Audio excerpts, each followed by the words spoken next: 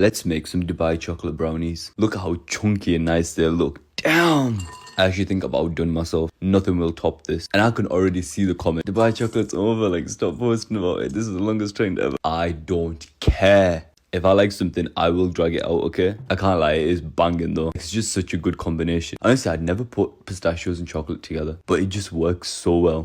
I started off by melting my butter and chocolate together. Then I allowed my eggs and my sugar to whisk till it became nice and creamy. I then added my chocolate sauce made of butter and chocolate and whisked it once again, where I then added my flour and my cocoa powder. Once that was all mixed up, I added 100 grams of chocolate chips and then baked my brownies in the oven on gas mark 4 for around 30 minutes. While my brownies were baking in the oven, I got started on my ganache, which I left to chill in the fridge for around 20 minutes before whisking it up. I'm not gonna lie, I love this fluffy ganache. It tastes so much better than your normal ganache. If you haven't done this yet, honestly, you need to try it. It's so good. I then added it on top of my brownies and made a little decorative finish before drizzling some chocolate and some pistachio paste over the top. And I know what you're probably thinking, Harris, why didn't you use a piping bag for this? Because I don't want to. I'm lazy, okay? Do you know what piping bags mean? More mess, and I don't want to clean that up. This is easy, even though it's left big massive chunks. I kind of like the chunks. It means more chocolate and more pistachio. I mean, I'm not complaining. I then sliced my brownies up into 9 squares, and that was it all done. Let me know what you think about these brownies. And also, what do you think of the Dubai chocolate? I've seen so many mixed reviews. Anyways, bye.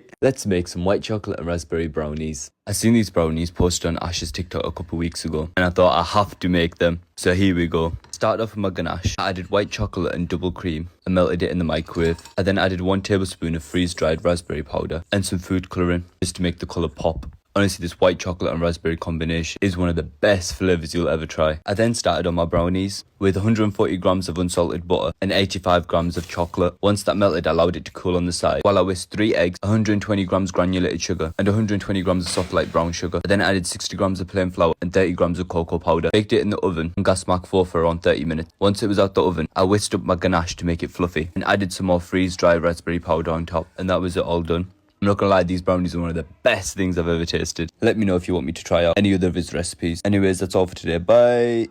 Let's make some white chocolate and milk chocolate brownies. These brownies were so gooey and they tasted so nice. Started off as usual with my butter and chocolate, and I melt that in the microwave. Then I whisked together some caster sugar and some light brown sugar with some eggs until it became frothy. Then went in and added my butter and chocolate mixture that I made earlier and whisked it once again. Then went in with 60 grams of self-raising flour and 30 grams of cocoa powder and give that a really good mix before adding 50 grams of white chocolate chips and 50 grams of milk chocolate. I then transferred that over to my baking tray and baked it for 30 minutes on gas mark 4. I feel like I've been making a lot of brownies recently, but they're actually so good. Trust me, if you haven't tried any of these recipes yet, you need to try them. When you eat one, you won't stop making them. I then went ahead and prepared my ganache. I was using a white chocolate ganache for this one. I used 200 grams of white chocolate and 100 milliliters of double cream. Not gonna lie, I feel like cheap chocolate works so much better than expensive chocolate. Hey, this is just your basic Aldi chocolate that I use, and it melts perfectly. If I was to use dairy milk or something like that, it would come out so bad. Saying that, this is the part where I messed up so badly. I just could not get the chocolate to drip right. It was leaving such big chunks everywhere. I guess this is what I get for being lazy. Next time I'll use a piping bag. I'm not gonna lie, I do like a lot of chocolate. I just went over and sprinkled some white chocolate pieces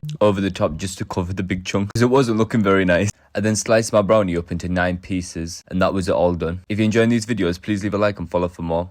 Bye!